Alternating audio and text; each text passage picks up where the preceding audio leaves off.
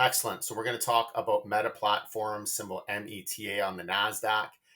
Company is a $1.17 trillion company, so part of the magnificent or mega cap 7. It's trading at a price of just under 460 per share, and it just started paying a dividend, which equates right now to a modest yield of 0.2%. So Meta, which is of course formerly known as Facebook, is a leading social media and technology company. Most people know it for its main platform, which is Facebook, but it also includes other social media platforms like Messenger, Instagram, and WhatsApp. They recently also ventured into the augmented or virtual reality space, which is done through their subsidiary Reality Labs.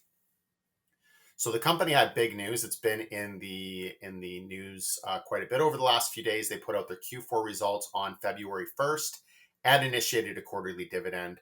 The stock jumped about 20%. That's a $197 billion gain in one day, which breaks the record for the biggest market cap gain of any stock in history. Now, we do have to be fair here and mention that Facebook or Meta also holds the record for the biggest market cap loss in history as well, which happened in February of last year. And it was a $232 billion decline in the market cap. Quite massive and so big that it actually made Jim Cramer, cry on live TV, which he got criticized for. We made fun of him for that as well because he had been recommending Meta at the time. He was quite positive on the company. They came out with a bad quarter, and it made him cry. And he said that he was wrong. He made a mistake. He trusted the management team, and that was ill advised. Now, somewhat coincidentally, I guess, shortly after he said that, the stock started to go up, and it's been one of the top performers from last year. So he probably should have just stuck with his original thesis. But anyways, that's neither here or there. We're going to take a look at these Q4 results and just break them apart a little bit and see what's been going on. So revenue growth, very strong, 25% to 41 billion for the quarter. But income from operations up 156% to $16.4 billion. And then the operating margin more than doubling to 41% from 20% in the same quarter last year. And earnings per share of 533, which is 203% increase. So great results, certainly on the surface. What we're seeing here is strong revenue growth, but also a decline in expenses as well, which is really what has driven a lot of the operating income growth and earnings per share growth. Looking at some of the operational highlights, some of the metrics that the company uses: family daily active people. When they say family, they mean their family of social media products. So that includes Facebook, Instagram, and the others as well. But 3.19 billion on average for December, which was an 8% increase year over year. Monthly active people was 3.98 billion, an increase of 6%. And when we look at ad impressions, and we have to keep in mind that Facebook is very much an ad company. I think about 95% of their revenues come from ads. So ad impressions and price per ad, very important metrics. Well, in Q4, ad impressions increased by 21% year over year. Average price per ad increased by 2%. Now, for the full year, impressions increased 28%, while the average price per ad declined by 9%. But obviously, they made that price decline up through volume.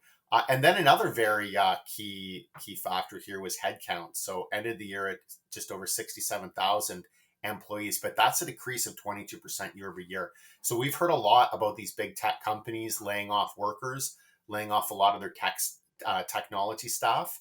And that was also undoubtedly a major factor in the higher margins and the lower expenses. So really, there's a few things in play here in terms of why people were so optimistic about Meta. So one was obviously just the fantastic results, but we also have to keep in mind that's not all revenue growth. That's a lot of operational efficiencies, which do have a limit at some point, one would think, at least operating efficiency gains of that magnitude. But another is really that Meta is really came out as focusing on AI. Now, this isn't this isn't news to people that have been following Meta. Meta's been very active within the AI space, launching some of the top open source large language models, competing with OpenAI's model GPT. But they really came out with a focus on artificial intelligence and started to identify some specific opportunities. Now, of course, there's the metaverse as well, which is the augmented reality, the virtual reality.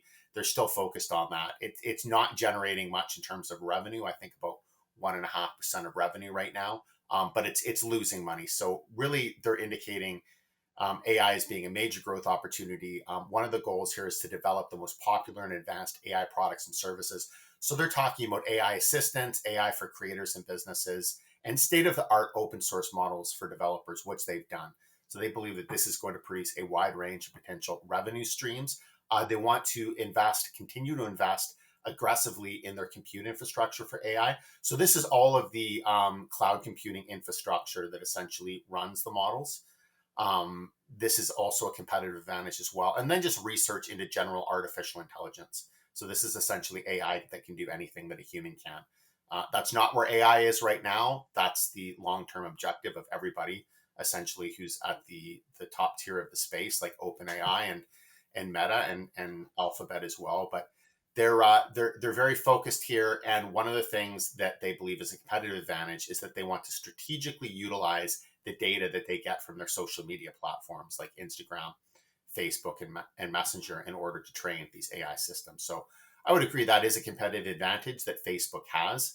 It's a very competitive space right now. I mean, you have Microsoft, you have Alphabet, you have Meta. These are really the three top companies, I think, in the space. But they're all looking to come out with the top assistants and the top tools for creators and businesses. So it's a very competitive space. But one of the things I spoke about at my speech at the World Outlook Conference was that investors should stick to companies that have established competitive advantages. And I think that we could look at Meta as having some pretty strong competitive advantages. So looking forward for growth, analysts are quite optimistic on where the company's going right now. So midpoint of consensus estimates for the current year is 1937. That would be about 30% earnings growth over last year. And then analysts are looking at about 16-17% growth to 2257 at the midpoint for next year. So this puts Meta at about 23 times, 24 times current year's expected earnings, 20 times next year's expected earnings. So, really it's what I would consider to be a reasonable valuation on Meta's stock, and fundamentals across the board are pretty spectacular, pretty strong for Meta. I mean, it has a net cash balance sheet, I think about 65 million in cash, about maybe 18 million in debt. So it as I said, it has those strong competitive advantages. It's targeting a space where presumably there's going to be a lot of growth, albeit a lot of competition right now.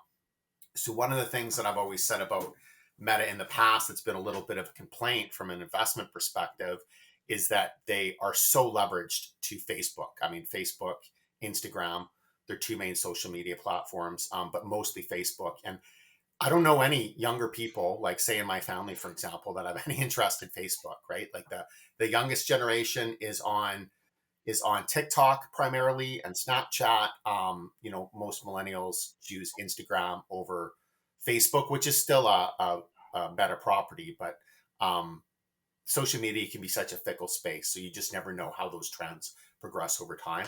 But it is looking like the company is focused on diversifying its revenue streams and targeting AI for that. So I think the fundamentals are very strong. In terms of where we go next with the company, that would really just depend.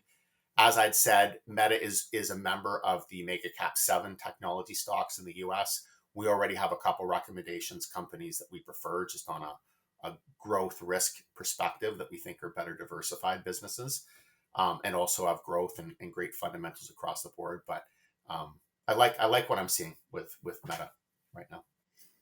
Yeah. Number one, I just think, like Kramer coming on TV, I think it was like October of 2022. The stock literally hit like, it's low. And then, he went on TV, cried, said, "I failed you guys." And we only saw the stock go, up. It's pretty since much then. right after that. Yeah. Yeah, it was literally right after Now, that. again, there's that fund. There's that reverse Kramer fund, right? Yeah. So I don't know. We should check that. It must be killing it, right? I mean, and I don't know if he was actually, saying, I'm out, I'm selling, because I think I was looking at an article of him talking about, buying it again in October of 2023. So, he might have been on the buy when it was higher again and it rebounded. I don't know.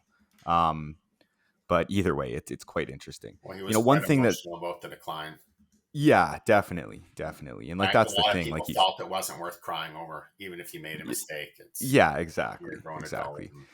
You think? Like, I mean, doesn't he make 400 recommendations a show? Like, I think he was quite vocal about Meta was the thing as it was going down. And I mean, I haven't honestly watched the show in years, but I just used to watch him hammer a buy button and it's basically like.